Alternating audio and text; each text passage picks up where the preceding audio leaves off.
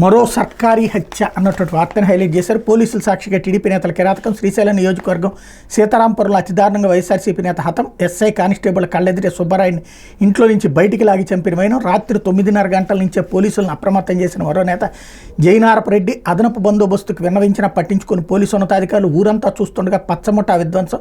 పక్కా ప్రణాళికతోనే హత్య. వీరు ఊరు దాటేంత వరకు గ్రామంలోకి రాని అదనపు పోలీసు బలగాలు. చంపేందుకు ఎక్కువ మంది రావడంతో ఏమీ చేయలేకపోయామన్న పోలీసులు. అర్ధరాత్రి 12:20, 12:30 గంటల మధ్య హత్య జరిగాక అదనపు బలగాలు రాక జిల్లా కేంద్రానికి కేవలం 12 కిలోమీటర్ల దూరంలో ఘోరం అన్నటువంటి.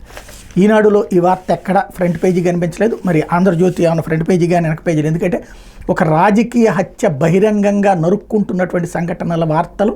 ఇదివరకైతే ఇద్దరు వ్యక్తిగత కక్షని కూడా రాసుకొచ్చేవాళ్ళు. ఇప్పుడు డైరెక్ట్గా రాజకీయ హత్యని కూడా వార్తలు రాయినటువంటి స్టేజ్కి దిగజారిపోయినాయి. గతంలోనేమో రెచ్చగొట్టు వదిలిపెట్టేవాళ్ళు. ఇప్పుడు అసలు వార్తలు కూడా చంపేసి లేదా దాచేస్తున్నటువంటి వైనం సజీవంగా కనబడింది ఇప్పుడు ఈనాళ్ళు. ఇకపోతే మీపైన పెట్రోల్ పోసి తగలబెడతాం అంటూ